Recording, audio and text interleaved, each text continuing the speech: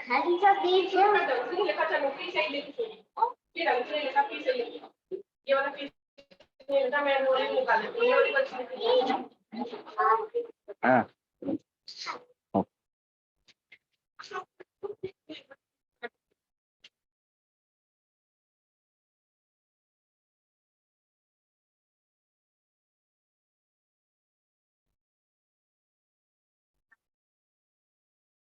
हाँ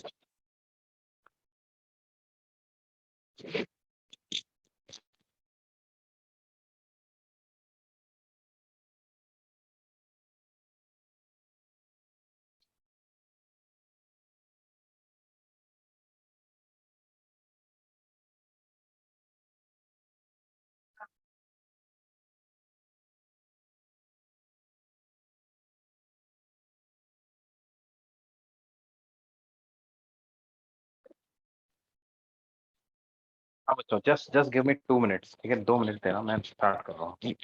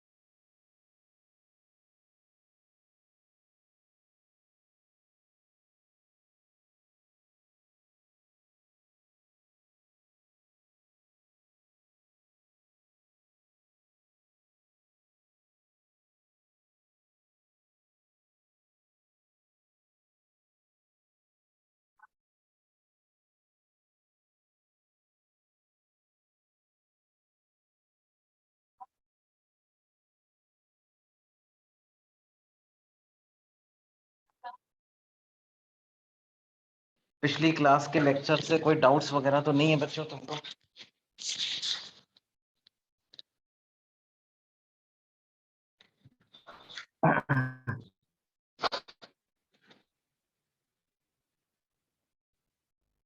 Can you please explain me again why do we use two conductors instead of one to make capacitor?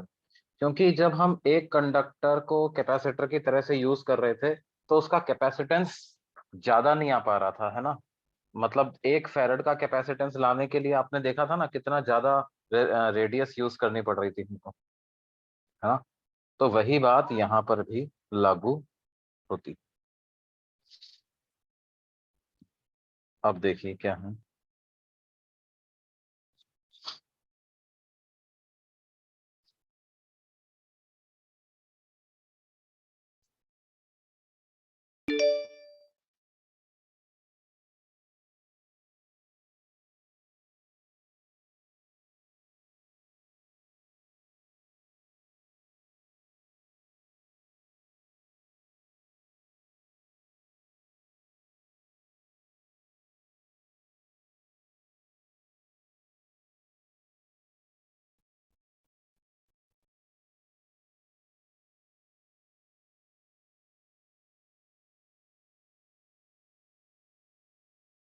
तो बच्चों हम लोग discuss कर रहे थे क्या, capacitance capacitance of A parallel plate capacitor क्या होता।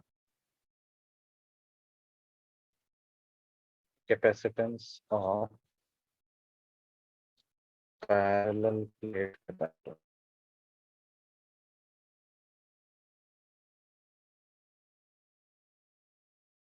ये बराबर होता है A epsilon not by D के, है ना।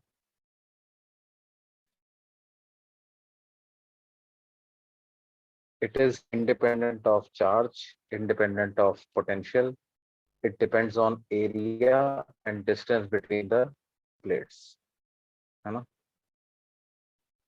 अब ध्यान दो कि जैसे क्या है, कैपेसिटर को हम एक बैटरी की मदद से चार्ज करते हैं पहले, charging of capacitor with a battery.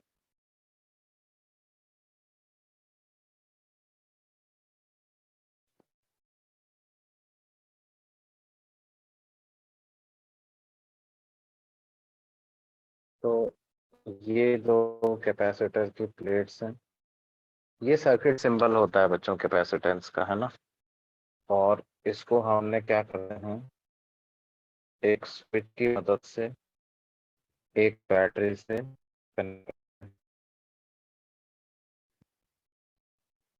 ये बैटरी का ईएमएफ है ई और इस कैपेसिटर का कैपेसिटेंस है सी। प्लेट्स पे initial charges 0।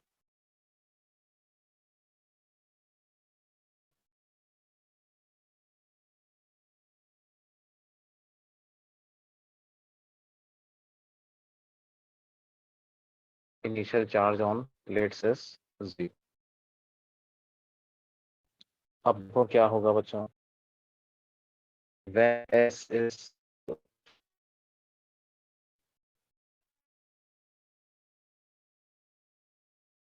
when S is closed, क्या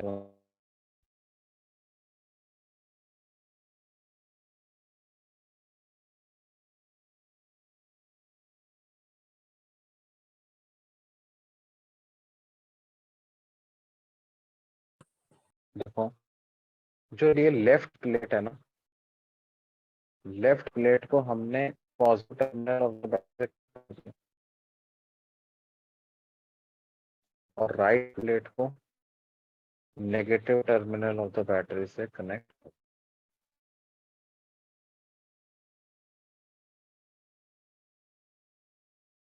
लेफ्ट प्लेट को पॉजिटिव टर्मिनल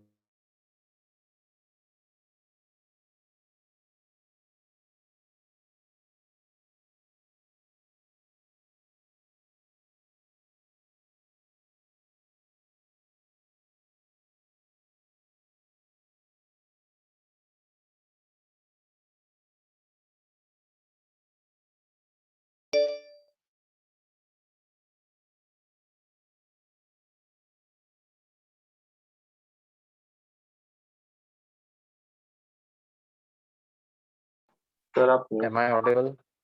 हाँ सर अभी ऑडियो। Okay. तो क्या है बच्चों?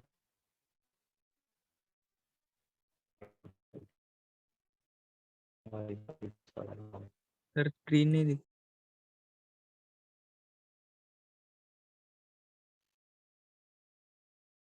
लेफ्ट प्लेट कनेक्ट की हुई है positive terminal of the battery से, राइट प्लेट कनेक्ट की हुई है negative terminal of the battery से। तो क्या होगा, ये जो positive terminal of the battery है, ये राइट प्लेट, क्योंकि ये पॉजिटिवली चार्ज्ड है, हाई पोटेंशियल पे है, तो ये इलेक्ट्रॉन को खींच लेगी। इट विल अट्रैक्ट इलेक्ट्रॉन्स, है ना।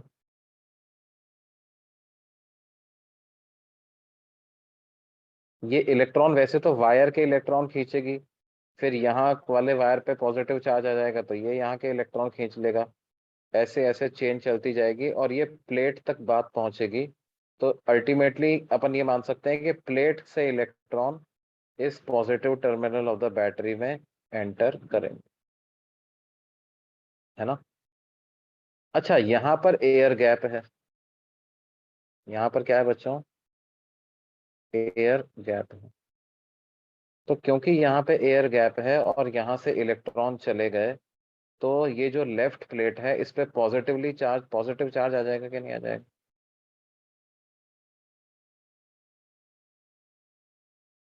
एयर गैप होने की वजह से क्या, यहाँ से इलेक्ट्रॉन की जो कमी आई वो पूरी नहीं हो पाएगी, राइट। तो जो इलेक्ट्रॉन की कमी प्लेट में आ गई उसकी वजह से प्लेट के पास, लेफ्ट प्लेट के पास पॉजिटिव चार्ज आ जाना चाहिए कि नहीं आ जाना चाहिए बच्चों। Yes sir. लेफ्ट प्लेट के पास चार्ज आ जाएगा पॉजिटिव। अच्छा, और ये जो negative terminal of the battery है, ये क्या करेगा, ये इलेक्ट्रॉन सप्लाई करेगा, ये इलेक्ट्रॉन सप्लाई करेगा।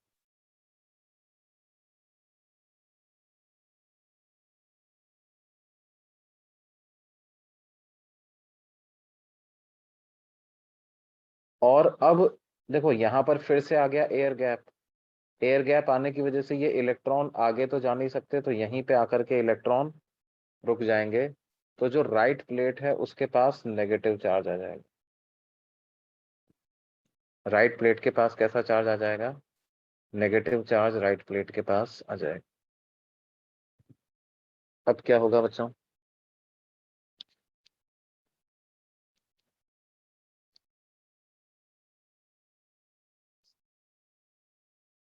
ये कब तक चलता रहेगा ये सिलसिला, जब तक जो टर्मिनल वोल्टेज, मतलब हम बोल सकते हैं कि द फ्लो ऑफ इलेक्ट्रॉन्स, या यूं कहें कि flow of current in the circuit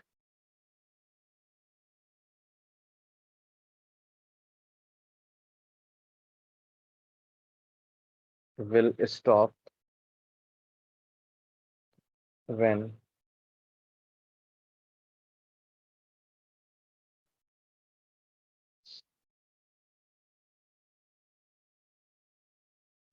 terminal voltage across capacitor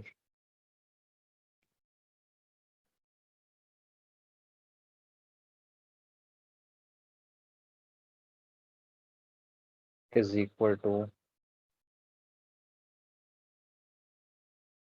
terminal voltage across battery।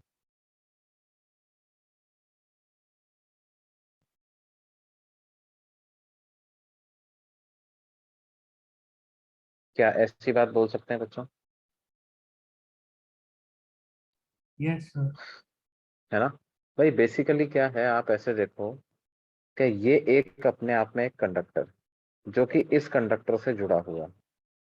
अब इन दोनों का आपस में पोटेंशियल सेम हो जाए और इन दोनों का आपस में पोटेंशियल सेम हो जाए तो ये चार्ज का फ्लो रुक जाएगा।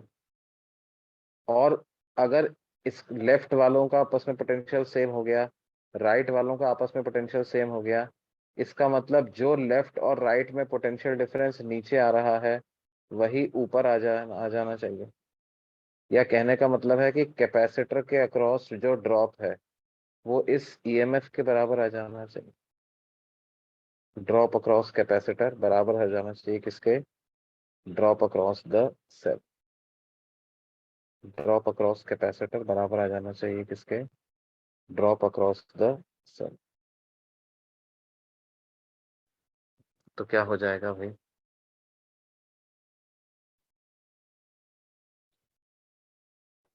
सर हाँ बोलो बेटे। सर ये इलेक्ट्रॉन स्टार्टिंग में मूव करने क्यों शुरू हो जाते क्योंकि सर्किट कंप्लीट नहीं। नहीं। हाँ, मतलब देखो बात क्या है कि ये जो फ्लो ऑफ इलेक्ट्रॉन है ना, ये आप ऐसे सोचो, ऐसे समझो कि जैसे मान लो ये कोई आपका अ, दो कंडक्टर होते हैं, है ना? या मान लो कि एक एक कंडक्टर है, उसके पास क्यू चार्ज है, उसको अपन एकदम से अर्थ कर देते हैं, तो क्या चार्ज फ्लो होता है उसमें से अर्थ में चार्ज फ्लो होता हाँ यस। है ना? चार्ज फ्लो होता है। तो क्यों होता है साहब ये चार्ज फ्लो? करंट सर्किट तो कंप्लीट नहीं है।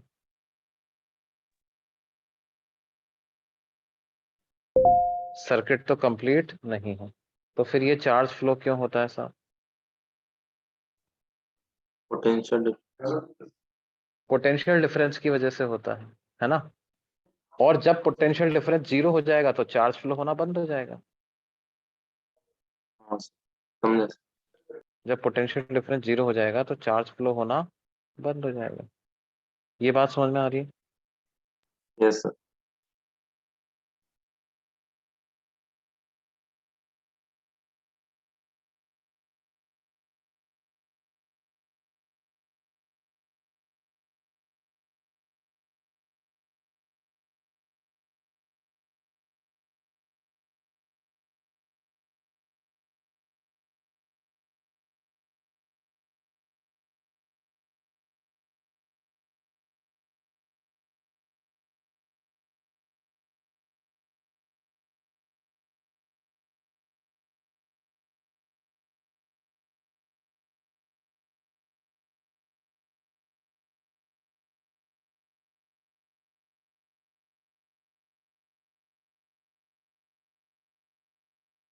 तो वही बात यहाँ पे भी होगी। देखो ये क्या है?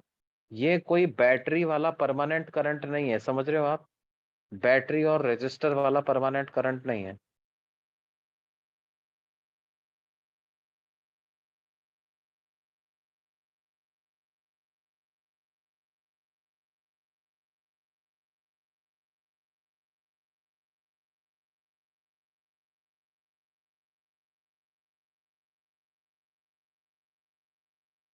समझ में आ रही है बात बेटे? जैसे क्या होता है देखो, इस वाले चार्ज फ्लो में और इस चार्ज फ्लो में जो अंतर समझ जाएगा उसको एक गहरी फिजिक्स की बात समझ में आ गई। Look at the difference between this and this. पहले तुम लोग खुद से डिफरेंस को ऑब्जर्व करने की कोशिश करो, फिर मैं तुम्हें समझाता हूँ।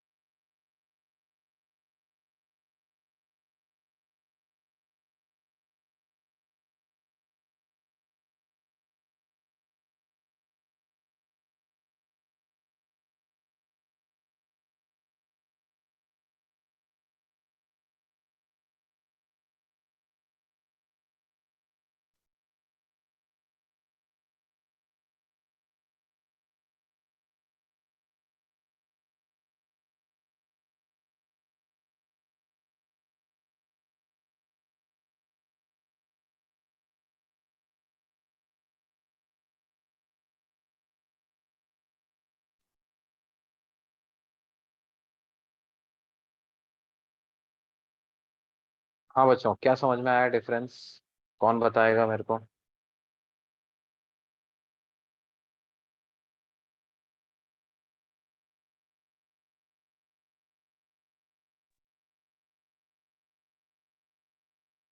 सर जो लेफ्ट में बनाया उसमें इलेक्ट्रॉन निकल के वापस आ जा रहा है वहीं पे, और फिर वही इलेक्ट्रॉन नहीं है, तो कंटिन्यूस फ्लो होगा।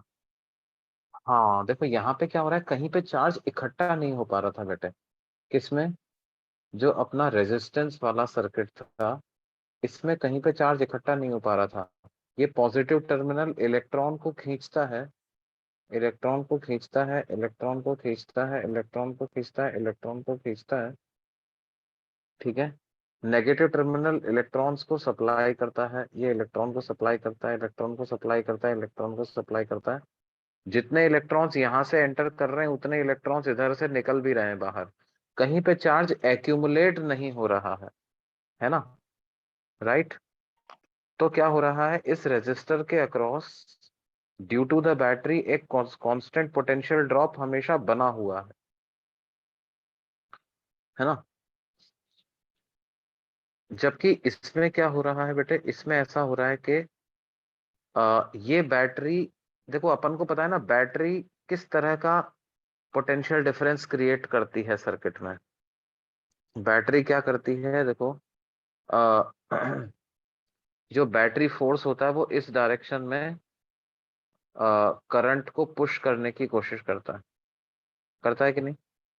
तो यानी इस डायरेक्शन में एक इलेक्ट्रिक फील्ड जनरेट करता है ऐसे। ठीक है। और यहाँ क्या हो रहा है, इस डायरेक्शन में, या फिर यूं कहें कि यहाँ से इलेक्ट्रॉन खींचता है। अब यहाँ से जब ये इलेक्ट्रॉन खींचता है बच्चों, तो इसके पास इलेक्ट्रॉन गए ही गए, लेफ्ट वाली प्लेट से इलेक्ट्रॉन गए ही गए, तो लेफ्ट वाली प्लेट पे पॉजिटिव चार्ज आ जाता है। और राइट वाली प्लेट पे क्या हो रहा है, इलेक्ट्रॉन आए ही आए, राइट वाली प्लेट पे इलेक्ट्रॉन आए ही आए, तो उसके पास नेगेटिव चार्ज आ जाता है। अब ये पॉजिटिव और नेगेटिव मिलकर के क्या करते हैं, ये ये खुद अपना एक इलेक्ट्रिक फील्ड प्रोड्यूस करके बैठ जाते हैं, है ना? ये खुद अपना एक इलेक्ट्रिक फील्ड प्रोड्यूस करके बैठ जाते हैं। तो ये क्या होता है, कुछ देर के बाद फर्दर चार्ज एक्यूमुलेशन को रोक देते हैं, है ना? मतलब फर्दर सर्किट में करंट फ्लो नहीं कर पाता, क्योंकि चार्ज इकट्ठा होता जा रहा है तो पोटेंशियल बढ़ता जा रहा है। यहाँ पे ऐसा नहीं हो रहा था, यहाँ पर कहीं पे चार्ज इकट्ठा नहीं हो रहा था। क्या ये बात समझ में आ रही है बच्चों? Yes, sir. Yes, sir.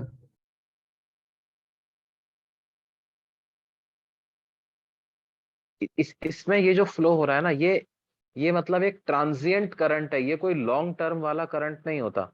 यहाँ पर जो इलेक्ट्रॉन का फ्लो हो रहा है, this is a very short duration, for in very very short duration के लिए इलेक्ट्रॉन का फ्लो होता है।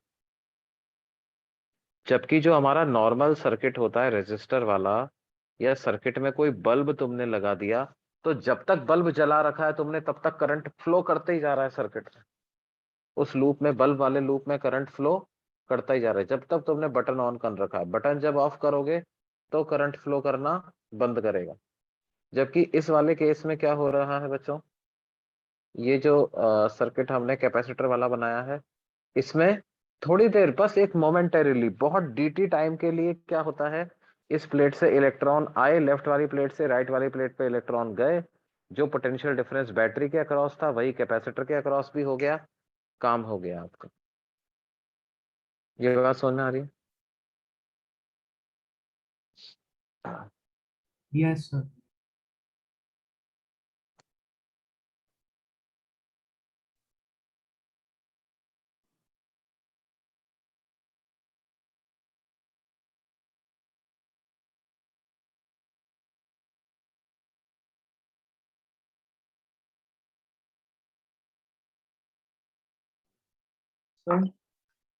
हाँ, सर इलेक्ट्रिक फील्ड तो बैटरी को उसके उल्टे डायरेक्शन में। क्या क्या बोल रहे हो बेटे? Sir electric field battery direction के उल्टे में होता कौन सा बैटरी फोर्स? है। शुरू पहले सिखाया था, बैटरी फोर्स के उल्टे डायरेक्शन में होता है इलेक्ट्रिक फील्ड।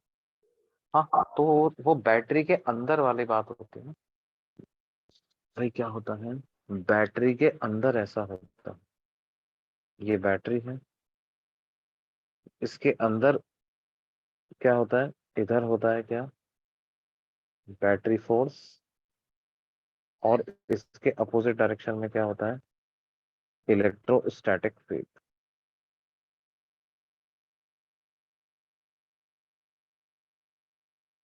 है ना, ऐसा होगा। Okay sir. और बाहर बाहर वाले लूप में क्या होता है, बाहर वाले लूप में इलेक्ट्रिक फील्ड होता है, वो ऐसा होता है, इस डायरेक्शन में होता है।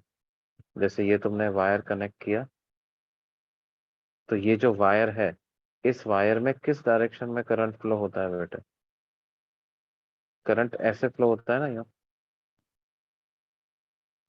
Yes sir. ऐसे करंट फ्लो।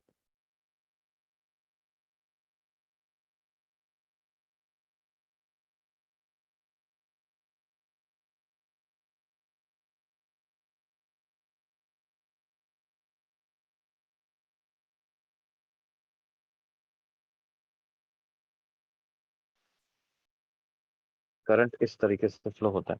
तो करंट जिस डायरेक्शन में इलेक्ट्रिक फील्ड होगा, उसी डायरेक्शन में तो करंट फ्लो होगा ना बच्चों, कि नहीं? Yes sir. जिस डायरेक्शन में इलेक्ट्रिक फील्ड होगा, उसी डायरेक्शन में करंट फ्लो करेगा। अब ये इलेक्ट्रिक फील्ड किसने प्रोड्यूस किया? ये वायर ने खुद ने तो प्रोड्यूस नहीं किया, ये बैटरी ने ही तो प्रोड्यूस किया है वायर के अंदर। समझ में आई बात?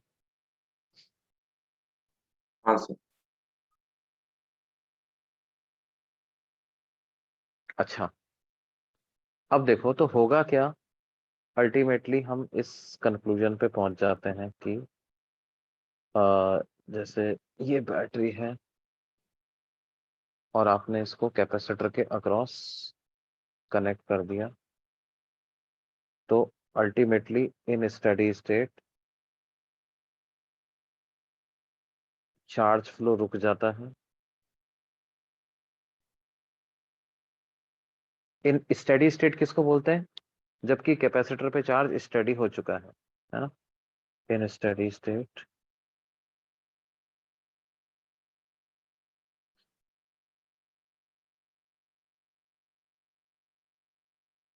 charge flow stops and terminal voltage across battery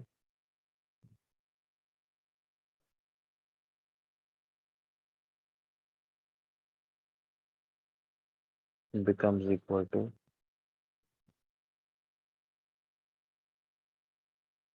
potential drop across capacitor।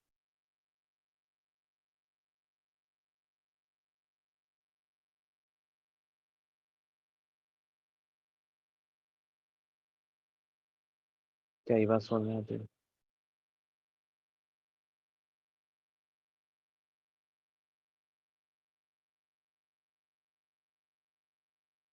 हम्म?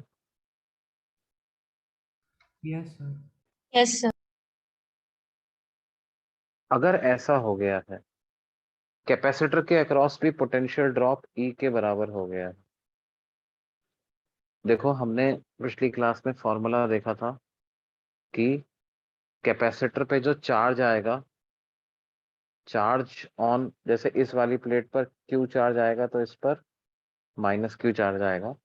तो पॉजिटिव प्लेट का चार्ज किसके बराबर होता है? कैपेसिटेंस इनटू पॉजिटिव प्लेट का पोटेंशियल माइनस नेगेटिव प्लेट का पोटेंशियल। और स्टेडी स्टेट में पॉजिटिव प्लेट का पोटेंशियल माइनस नेगेटिव प्लेट का पोटेंशियल ई के बराबर ही है, यानी कि क्यू की वैल्यू कितनी आ जाएगी? सी।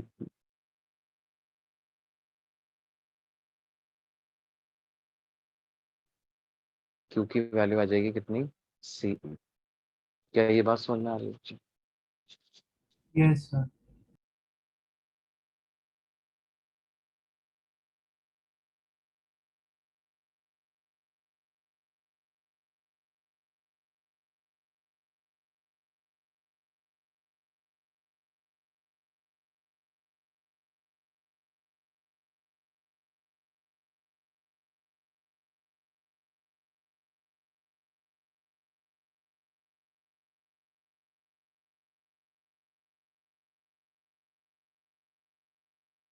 अच्छा आप एक बात बताओ, बैटरी ने कितना वर्क किया?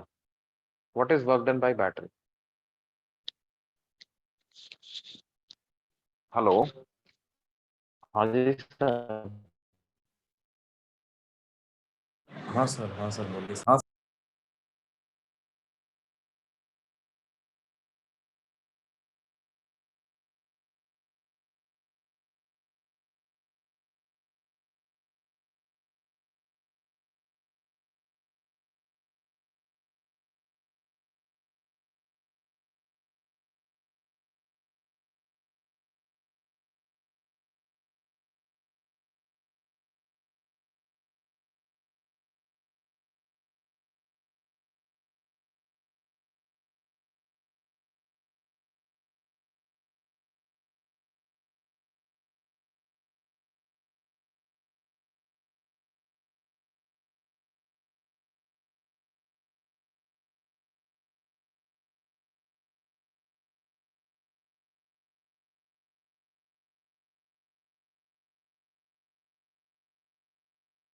सर आप म्यूट हो।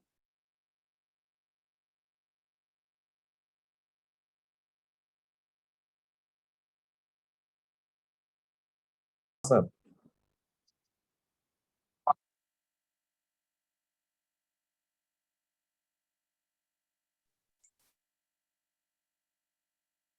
हेलो सर, मैं 1 मिनट आपको कॉल करता हूँ, थोड़ी देर में कॉल करता हूँ, 1 minute.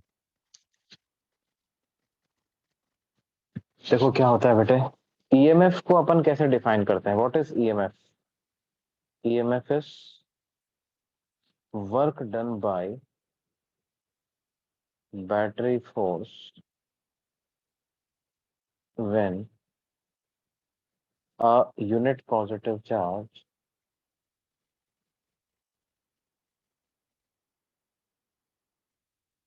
flows from negative terminal to positive terminal।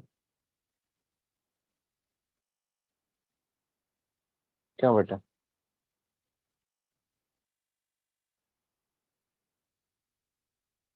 यही होता है ना? हाँ सर। तो अभी बैटरी ने कितना चार्ज सप्लाई किया है इस कैपेसिटर को? जो भी चार्ज कैपेसिटर के पास आया है, ये बैटरी की वजह से ही तो आया है। क्यों बच्चों? अगर हम बोल रहे हैं स्टडी स्टेट में सीई और माइनस सीई चार्ज आएगा, इसका मतलब क्या है कि ये बैटरी ने ही तो यहाँ से सीई चार्ज इसको प्रोवाइड किया होगा और इधर से सीई चार्ज इससे लिया होगा। तो बैटरी के नेगेटिव टर्मिनल से पॉजिटिव टर्मिनल में टोटल चार्ज सीई फ्लो किया कि नहीं फ्लो किया? हाँ सर। है ना? तो work done by battery force कितना हो गया? Work done by battery force हो गया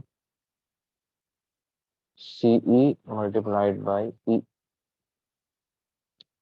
यानी कितना? CE square. Work done by battery force कितना हो गया बच्चों? CE square. अच्छा, एनर्जी स्टोर्ड इन कैपेसिटर कितनी हुई? What is energy stored in capacitor?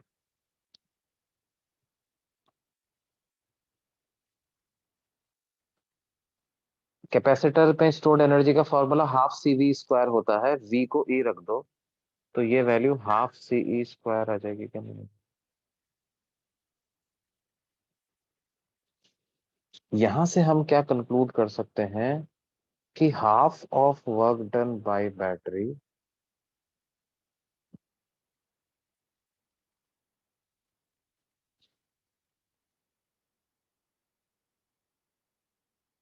could not get stored in the capacitor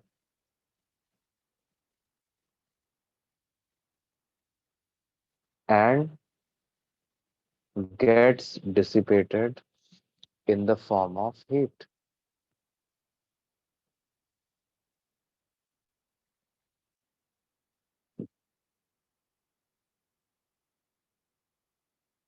ये बात समझ में आ रही है कि नहीं आ रही बच्चों?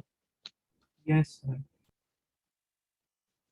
आधी एनर्जी जो है वो कैपेसिटर में जाकर के स्टोर नहीं हो पा रही है, हीट की फॉर्म में डिसिपेट हो पा रही है। तो हीट डिसिपेटेड इन सर्किट को अगर आप लिखोगे तो कितनी आएगी? Heat dissipated in the circuit is equal to half CV.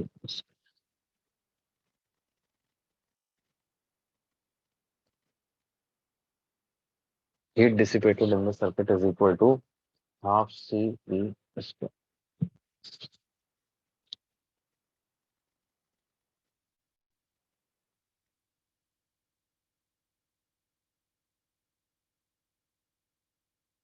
Is it clear, बच्चों?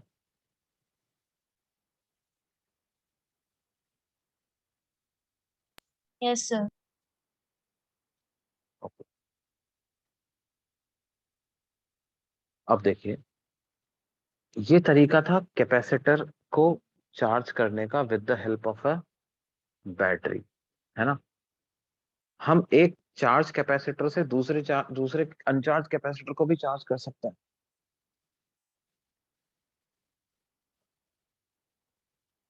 Charging of an uncharged capacitor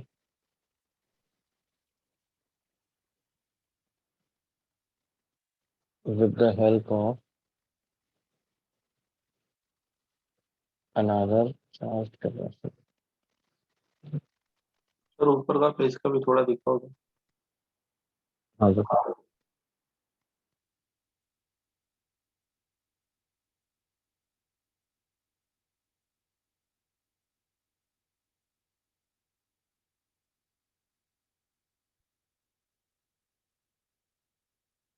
हो गया सर। देखो इसका सर्किट डायग्राम कैसा बनेगा।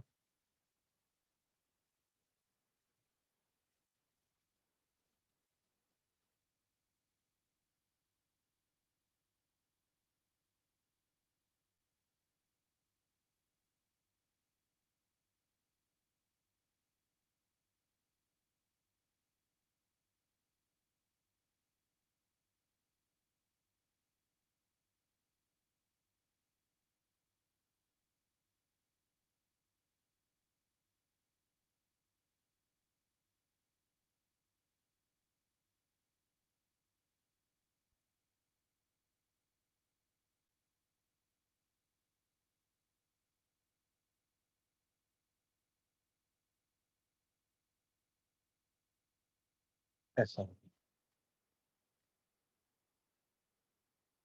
एक कैपेसिटर है C1, दूसरा है C2।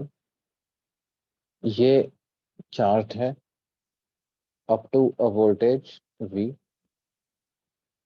है ना। Capacitor C1 is charged up to a voltage V1 and capacitor C2 is uncharged. Now S is closed. ये जो स्विच है इसको अपन क्या करते हैं, इसको क्लोज कर देते हैं। तो क्या होगा बच्चों, देखो आप ऐसे समझो कि इन प्लेट्स को नाम दे देता हूं मैं। इस प्लेट को नाम देता हूं A, इसको नाम देता हूं B, इसको नाम देता हूं C, इसको नाम देता हूं D, है ना। अच्छा, अगर मान लो ये C1 कैपेसिटर के अक्रॉस V वोल्टेज था, तो A प्लेट पे कितना चार्ज था बेटे स्विच को क्लोज करने से पहले?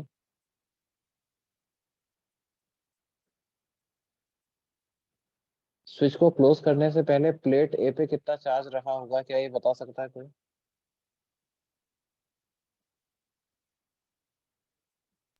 CE. C1V और बी पे कितना रहा होगा? -C1V। -C1V। ए पे चार्ज रहा होगा, इसका मतलब क्लोज करने से पहले C1V और बी पे रहा होगा C2V। और ये जो सी और डी प्लेट्स हैं, कैपेसिटर 2 की जो दो प्लेट्स हैं, इन पे चार्ज था शुरू में 0 0, अनचार्ज है दिया हुआ। Now after S S closed क्या हो जाएगा?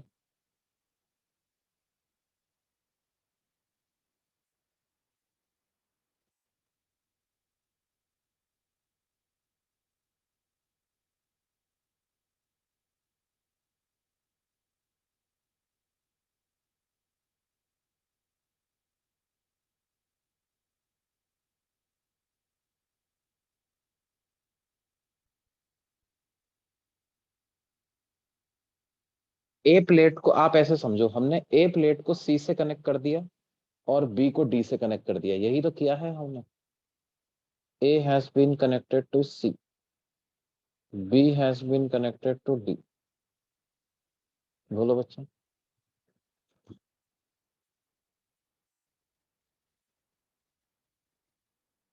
है ना? हाँ तो सर। क्या होगा? A का पोटेंशियल C के बराबर हो जाएगा। In steady state potential of A becomes equal to potential of C।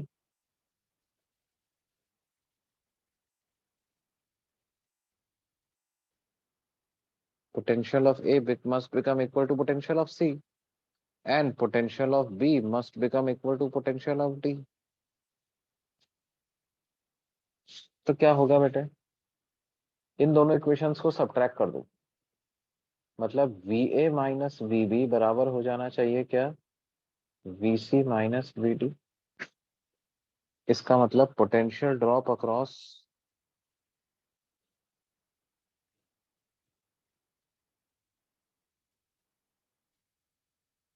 C1 बराबर हो जाना चाहिए किसके? Potential drop across C2। हो जाना चाहिए कि नहीं बच्चा? Yes sir. And let that drop be equal to V dash. Let this drop equal to V dash. तो क्या हो जाएगा?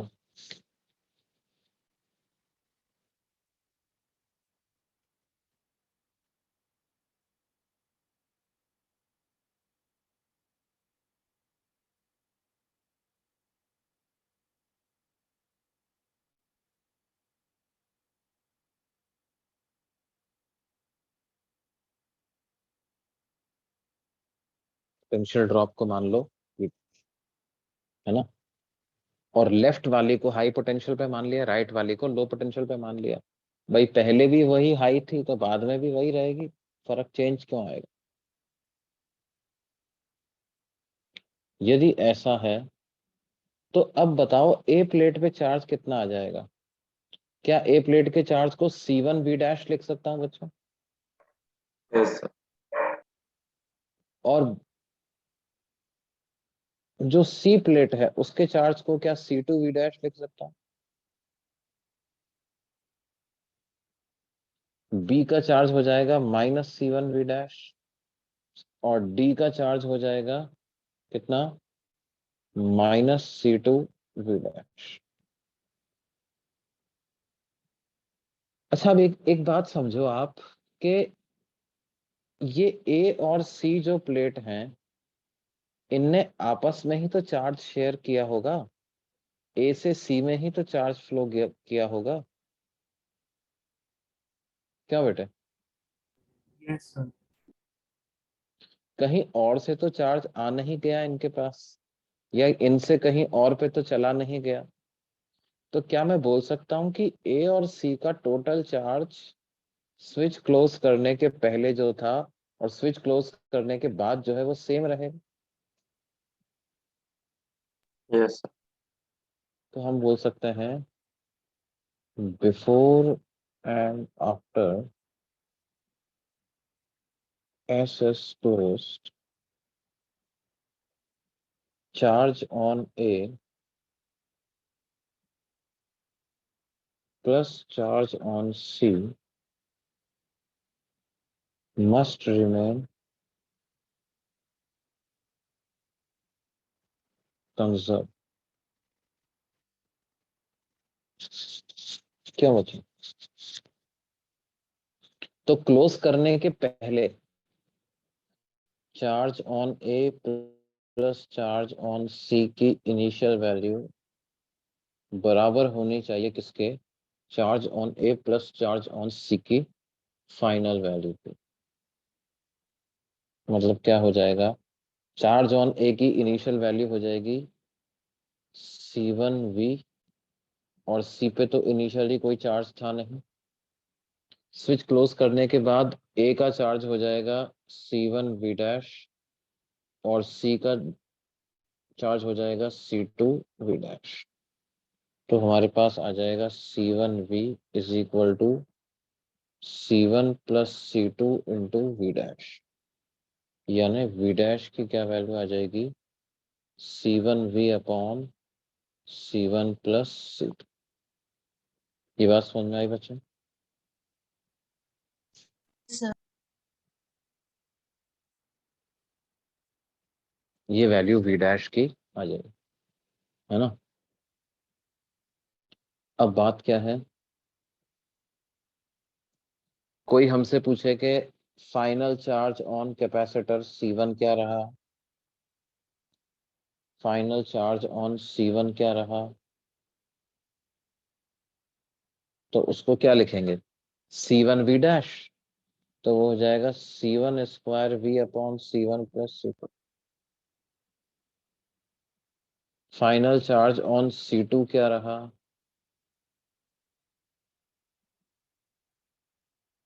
इस C2V डैश। तो C2 C1V upon C1 plus C।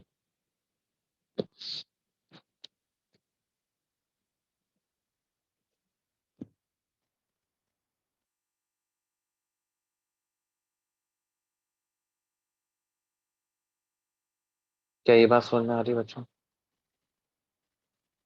Yes, sir. Yes sir.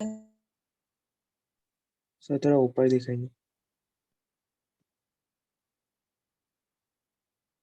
इसके ऊपर यस सर।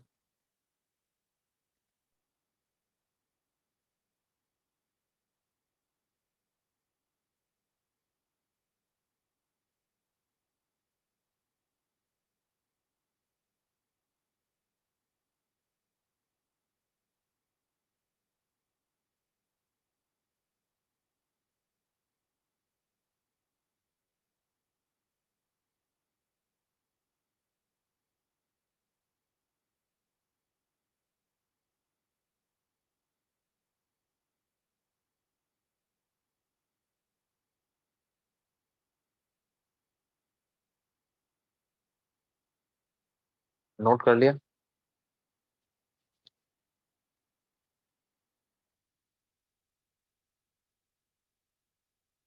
Yes sir.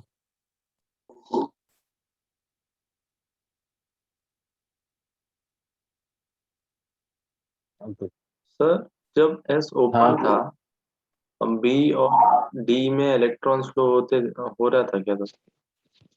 हाँ हाँ हाँ हाँ, देखो एक बच्चे ने अच्छी बात पूछी।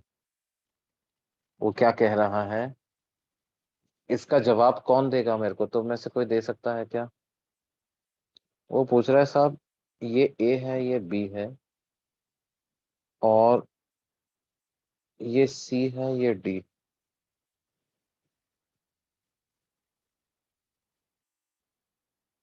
ए और सी में पोटेंशियल ड्रॉप है माना हमने, बी और डी में भी तो पोटेंशियल ड्रॉप है ना? पोटेंशियल डिफरेंस है। ए का चार्ज है C1V, बी का चार्ज है -C1V, सी का चार्ज है 0, डी का है 0। ए का पोटेंशियल सी से ज्यादा है, उसी तरह से डी का पोटेंशियल बी से ज्यादा है। तो डी से बी में चार्ज क्यों नहीं फ्लो कर जाता? बी और डी तो कनेक्टेड है ना आपस में।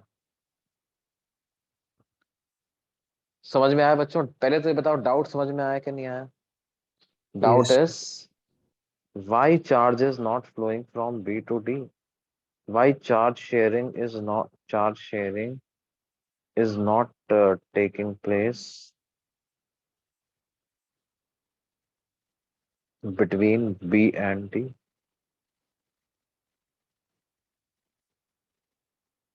B और D के बीच में चार्ज शेयरिंग क्यों नहीं हो रही?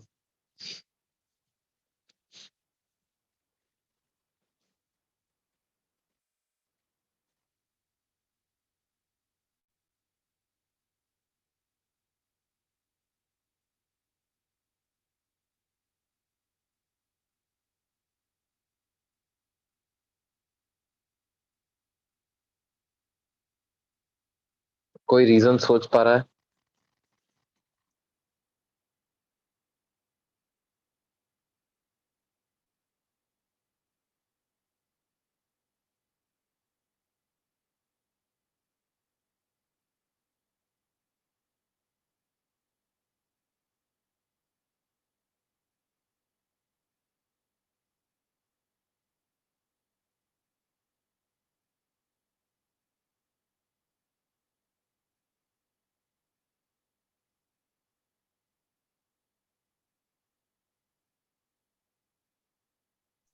सर सारा का सारा चार्ज फ्लो कर जाएगा बी से डी में, तो जो पहले था वैसा ही बन जाएगा। नहीं नहीं नहीं। सारा नहीं, आधा आधा फ्लो कर जाए भाई। -C1V/2 -C1V/2 ऐसा हो जाए। देखो, इसका कारण मैं तुम्हें सिंपल से बताता हूँ। देखो बात क्या है बेटे कि अ, पहली बात तो अगर मान लो बी और डी में चार्ज फ्लो कर भी जाता है ना, तो क्या होगा जब आप इस स्विच को क्लोज करोगे तो वो चार्ज दोबारा रीडिस्ट्रीब्यूट हो जाएगा कि नहीं हो जाएगा?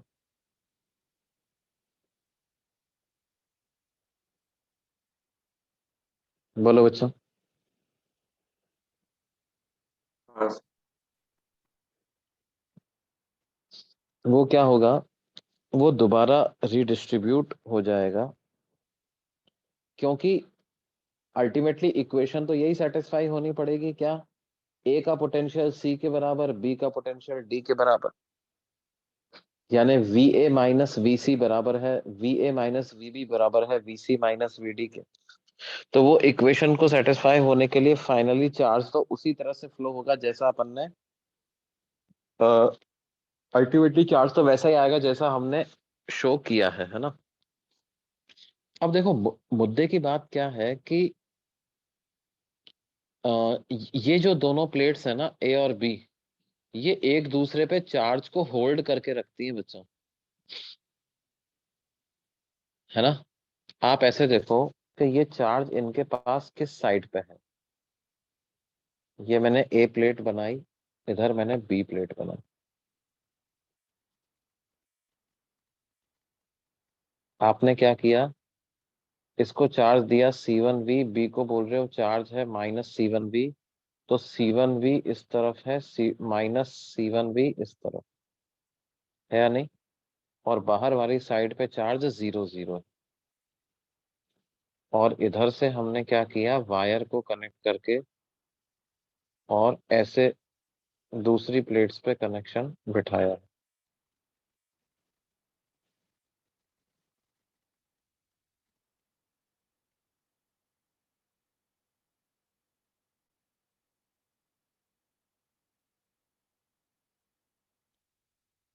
है ना।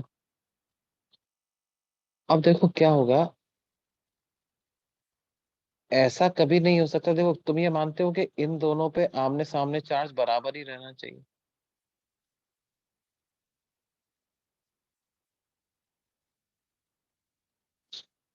इधर एक्स रहेगा तो इधर -X ही रहेगा।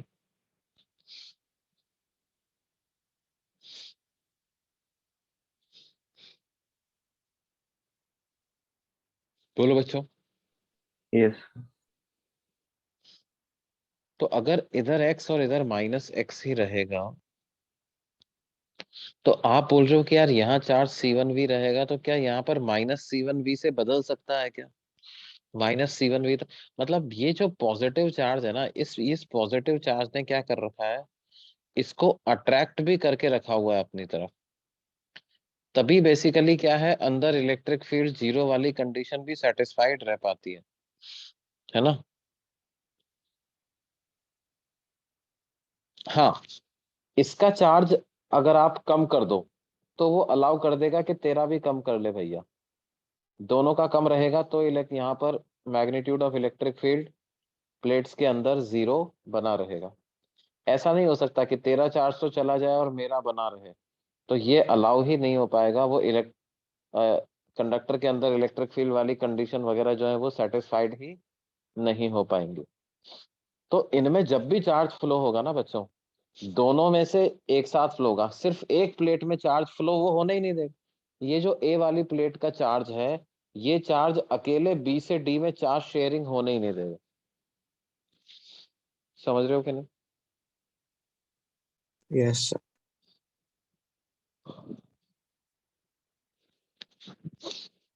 अच्छा, अब इसमें एक सवाल और पूछा जाता है, heat produced due to charge sharing between the capacitors.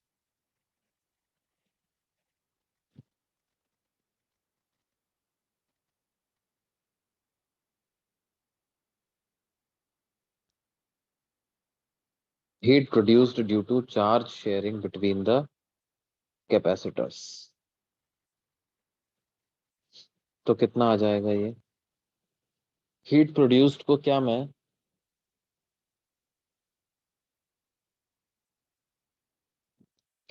Initial energy stored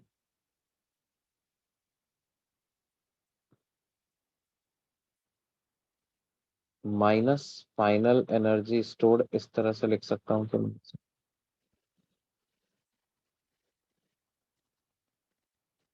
देखो, शुरू में कुछ एनर्जी थी उसे आप देख लो, बाद में इन दोनों कैपेसिटर पे मिला करके जो एनर्जी थी उसे देख लो, और तो कहीं एनर्जी दिखाई नहीं दे रही जो स्टोर हो सकती है, यानी बाकी जो एनर्जी है वो लॉस ही हुई होगी, उसी को हीट प्रोड्यूस्ड का नाम दे दिया जाता है।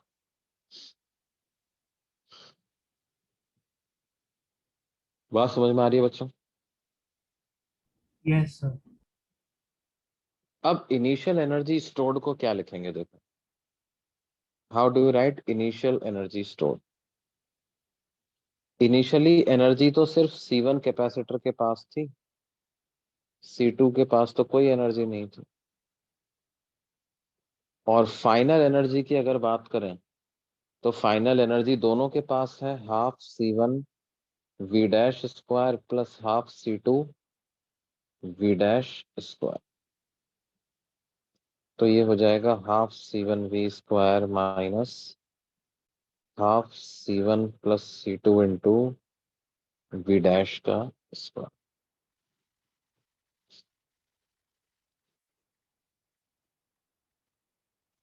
अब V डैश की क्या वैल्यू रख देंगे बच्चों?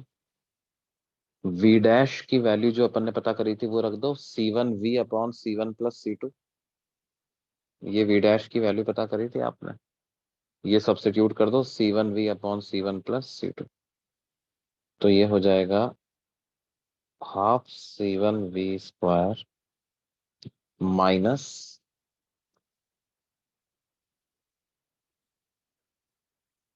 Half C1 plus C2 into V dash का स्क्वायर, यानी C1 V upon C1 plus C2 का whole square.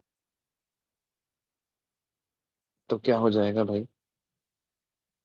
Half C1 V square minus half C1 square V square divided by C1 plus C2। तो ये हो जाएगा half C1 V square 1 minus C1 upon C1 plus C2। तो ये कितना आ जाएगा बच्चों? Half C1 V square C1 plus C2 minus C1 upon C1 plus C2। तो C1 से C1 कैंसिल हो गया, तो ये वैल्यू आ जाती है half C1 C2 upon C1 plus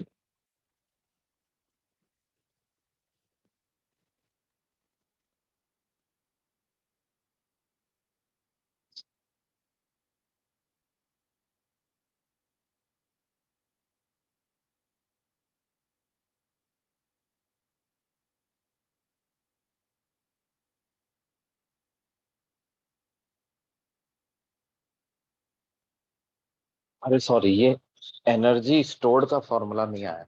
ये क्या आया है बच्चों? This is heat produced.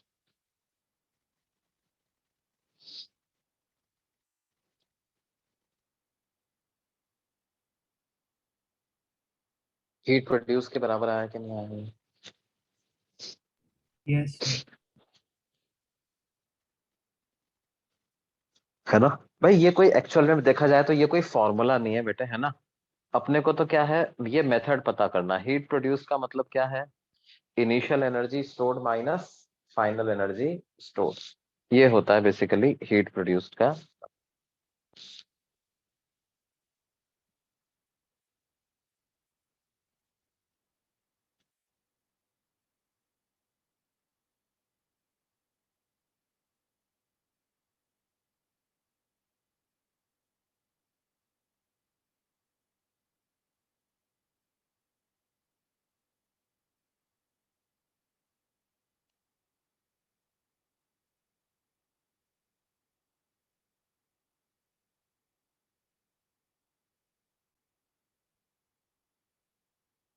Note कर लिया है बच्चों तुमने?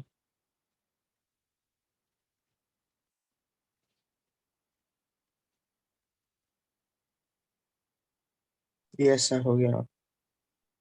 देख, अच्छा, ऐसा भी हो सकता है कि भाई क्या हो, आ, हम दो ऑलरेडी चार्ज्ड कैपेसिटर्स को आपस में कनेक्ट कर दें, है ना।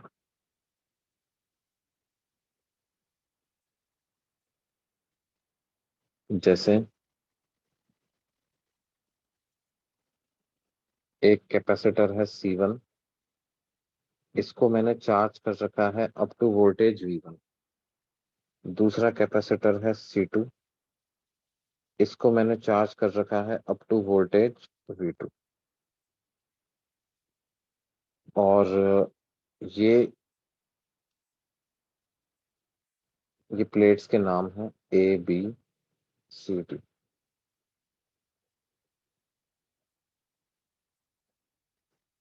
हमें पता करना है,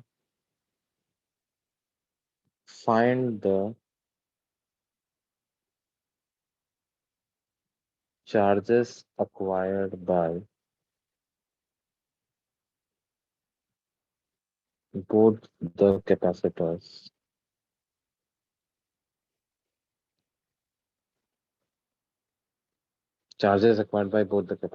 when they are connected in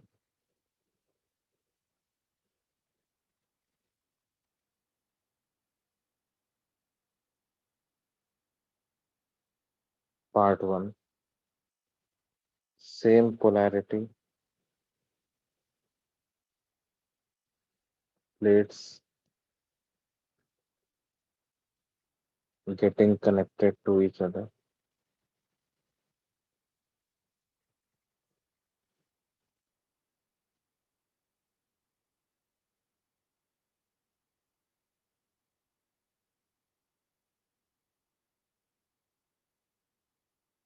Opposite polarity plates getting connected to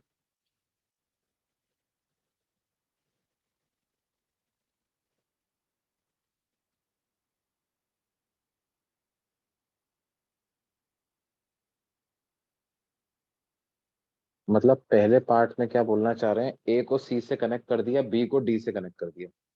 दूसरे पार्ट में क्या बोलना चाह रहे हैं, ए को डी से कनेक्ट किया, बी को सी से कनेक्ट किया, है ना। मतलब ऐसा कुछ कर दिया पहले पार्ट में तो।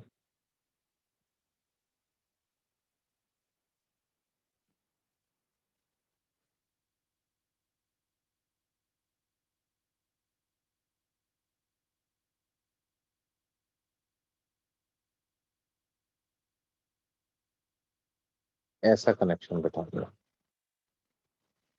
अब देखो होगा क्या, ए और सी में से जिसका पोटेंशियल ज्यादा होगा उसमें से दूसरे में चार्ज फ्लो कर जाएगा, है ना।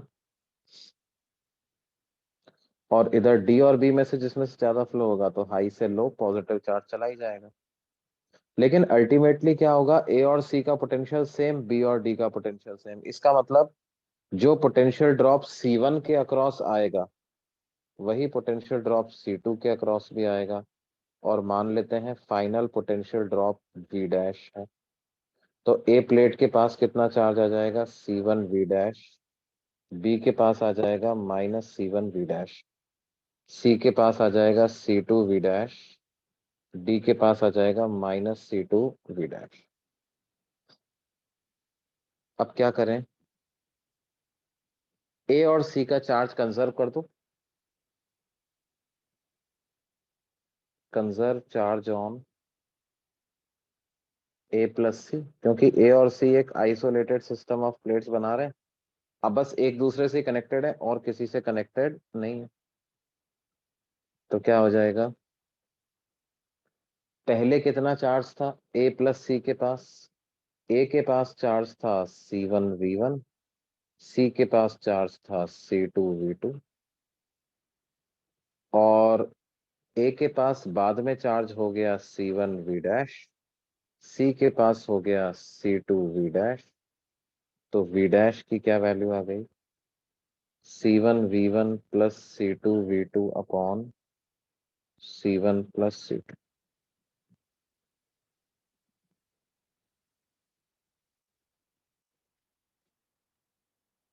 ये वैल्यू हमारे पास आ गई किसकी, V डैश। ये बात समझ में आती बेटा। और ये V डैश की वैल्यू आ गई आपके पास।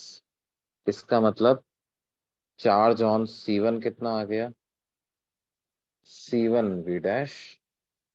चार्ज ऑन C2 कितना आ गया, C2 V डैश। तो C1 into C1 V1 plus C2 V2 upon C1 plus C2।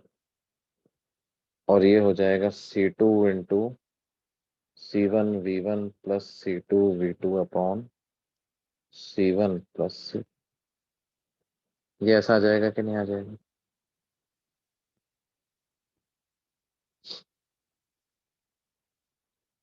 अगर आपको हीट प्रोड्यूस निकालना है तो हीट प्रोड्यूस कैसे निकालोगे, initial energy minus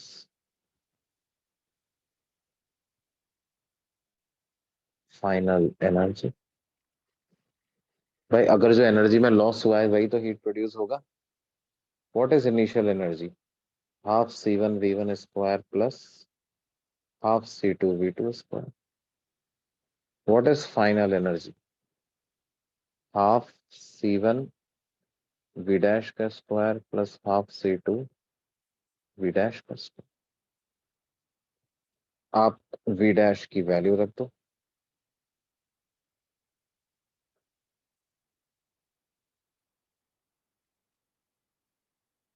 V dash क्या है, C1 V1 plus C2 V2 upon C1 plus C2, इसका होल स्क्वायर।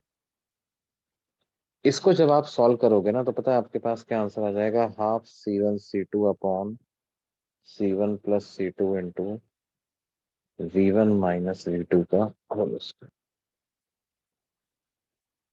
ये हीट प्रोड्यूस्ड की इतनी value.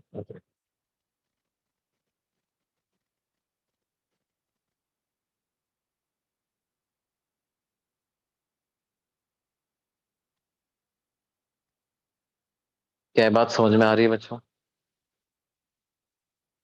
Yes yes sir. Sir. Yes, sir.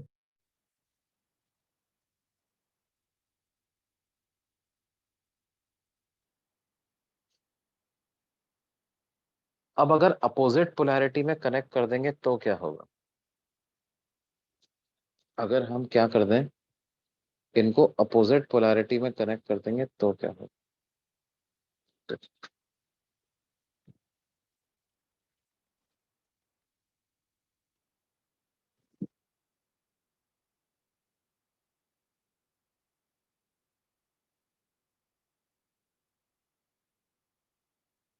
Sir एक मिनट प्रीवियस हाँ बेटे, प्रीवियस पेज देखना है क्या? हाँ सर। ये रहा, ये रहा।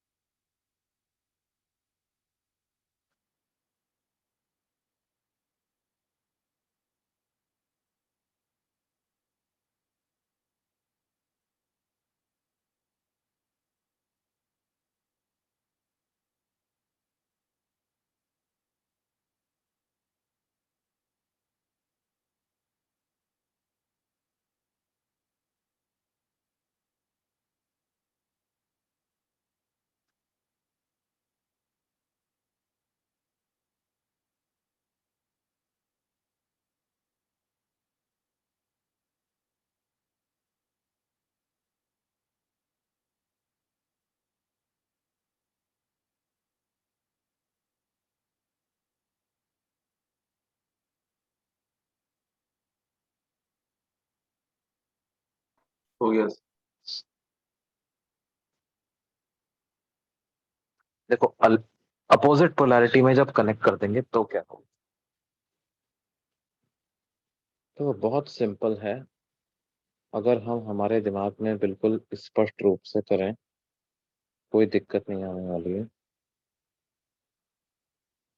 ये ए और बी प्लेट्स थी, इसको डी और सी से कनेक्ट किया। कनेक्ट करने के पहले की स्थिति याद रखें। ए प्लेट हाई पोटेंशियल पे थी, बी प्लेट लो पोटेंशियल पे थी। V1 पोटेंशियल ड्रॉप था, C1 कैपेसिटेंस था, यानी ए का चार्ज था C1 V1, बी का चार्ज था -C1 V1। और सी और डी प्लेट्स की बात करें तो सी हाई पोटेंशियल पे था, डी लो पोटेंशियल पे था। इनके बीच में पोटेंशियल ड्रॉप था V2। तो सी पे चार्ज था C2 V2 और डी पे चार्ज था -C2 V2। अब हमने किस किस को कनेक्ट कर दिया? ए को डी से, है ना, और बी को सी से। अब देखो, भले ही पहले ए की पोलैरिटी हाई रही हो, डी की लो रही हो, लेकिन फाइनली तो ए और डी का चार्ज सेम हो जाएगा कि नहीं हो जाएगा? In steady state potential of A will be equal to potential of D. Charge same नहीं होगा, पोटेंशियल सेम हो जाएगा ए और डी का steady state.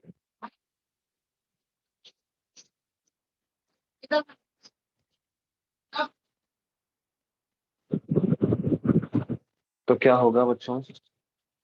In steady state potential of A will become equal to potential of D and potential of B will become equal to potential of C, यानी VA minus VB ला बराबर हो जाएगा VD minus VC। हाँ, तो बंद कर रहे हैं अभी, कुछ काम चल रहा होता है तो बीच में। शॉप नहीं।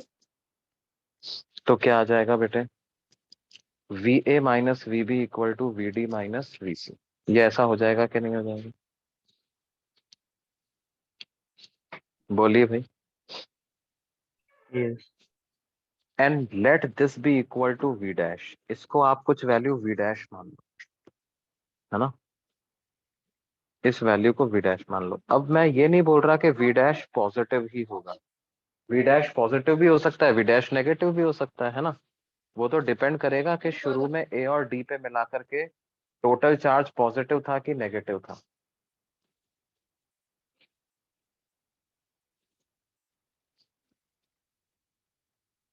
है ना। तो देखो क्या हो जाएगा, क्या A और D मिलाकर के एक आइसोलेटेड सिस्टम बनाते हैं बच्चों? Yes, sir. A और D ने आपस में ही तो चार्ज शेयर किया है। कनेक्ट करने के पहले टोटल चार्ज कितना था? कनेक्ट करने के पहले ए और डी का टोटल चार्ज कितना था वो अपन लिखते हैं। तो वो कितना था? C1V1 माइनस C2V2 था।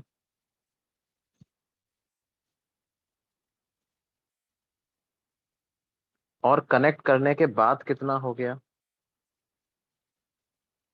बोलो बच्चों, कनेक्ट करने के बाद कितना हो गया, जल्दी बोलो।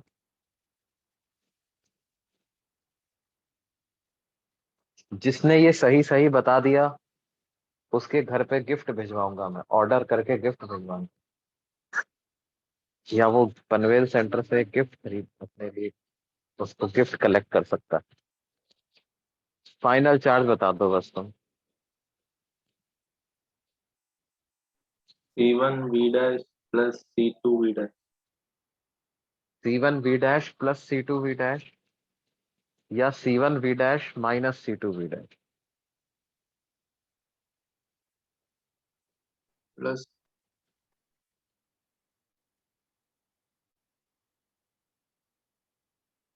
ये सही आंसर, ये वाला। चलो, किसने बताया? जल्दी नाम बताओ भाई तुम्हारा।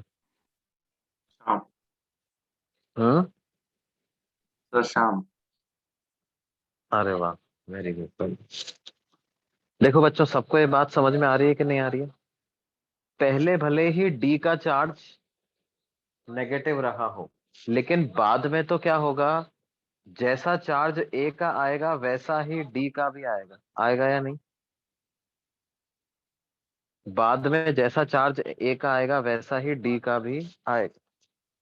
यानी कि वी डैश की क्या वैल्यू आएगी बच्चों? वी डैश की वैल्यू आएगी C1V1 minus C2V2 upon C1 plus C2। ये वैल्यू वी डैश की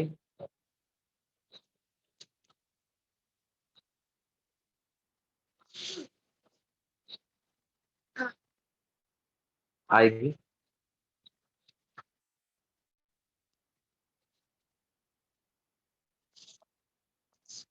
मानते कि नहीं मानते हो? Yes, sir. अब देखो, वी डैश नेगेटिव आ जाए वो एक अलग बात है ना? इसकी गारंटी नहीं दे रहा हूं मैं कि वी डैश पॉजिटिव आएगा। वो तो इस पे डिपेंड करेगा कि C1V1 पॉजिटिव, C1V1 C2V2 से बड़ा है कि छोटा। समझ रहे हो ना? है ना? देखो, इट में हैपन की जो राइट वाली साइड है यानी बी और सी वाली जो साइड है वो हाई पोटेंशियल पे आ जाए और ए और डी वाली साइड लो पोटेंशियल पे आ जाए। दैट में happen, that I am not denying, that I am not. लेकिन क्या होगा कि ये बात बिल्कुल ट्रू है कि यदि ए हाई पोटेंशियल पे है तो डी भी हाई पोटेंशियल पे ही होगा। मतलब अगर ए का चार्ज पॉजिटिव है तो डी का चार्ज भी पॉजिटिव रहेगा, और अगर नेगेटिव है ए का चार्ज तो डी का भी नेगेटिव ही।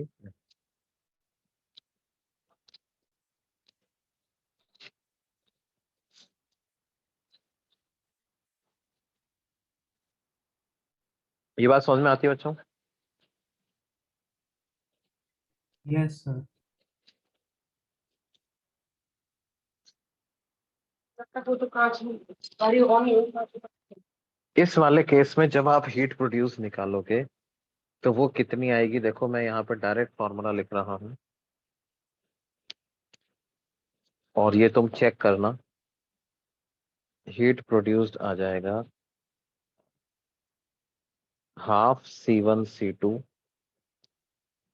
Upon C1 plus C2 into V1 plus V2 का होल स्क्वायर। इस केस में ज्यादा हीट प्रोड्यूस होगा।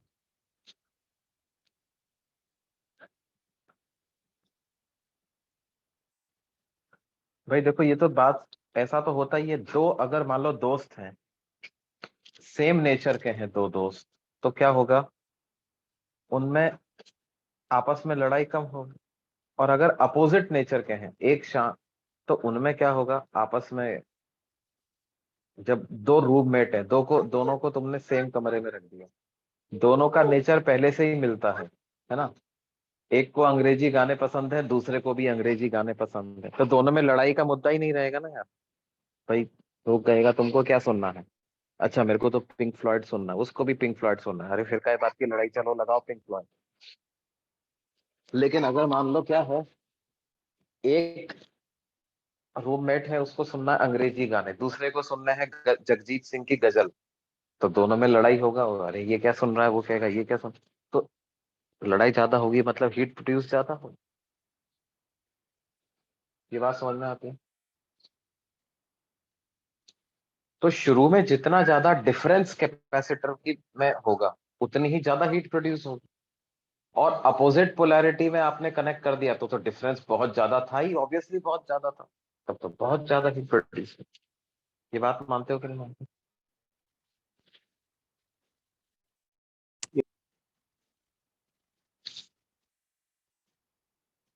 तो ये ठीक है भाई, आज का लेक्चर इतना ही पढ़ेंगे अपन, बाकी अगली क्लास में मिलते हैं। करंट इलेक्ट्रिसिटी का एक्सरसाइज 1 करके, एक्सरसाइज 2 का पार्ट 1 करके आप बिल्कुल तैनात रहिए, अगली क्लास में डिस्कशन होगा, ठीक है। अभी मैं बंद कर रहा हूँ।